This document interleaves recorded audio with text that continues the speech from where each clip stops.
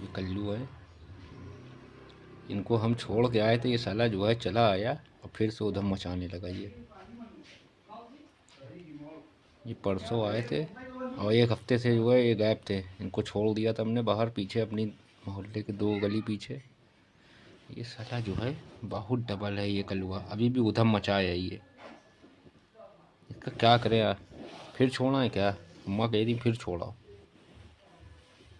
बहुत उधम मचा है भाई ये, बहुत ज़्यादा। ये साला जो है तो एक तो खाना चुराता है, खाना चोर है ये, खाना चोरी करके खाता है ये। कल्लू इधर देखो, ये मगरमच्छ बने का बैठे हो बे? हैं? ये तुम देखिए तुम, ये ये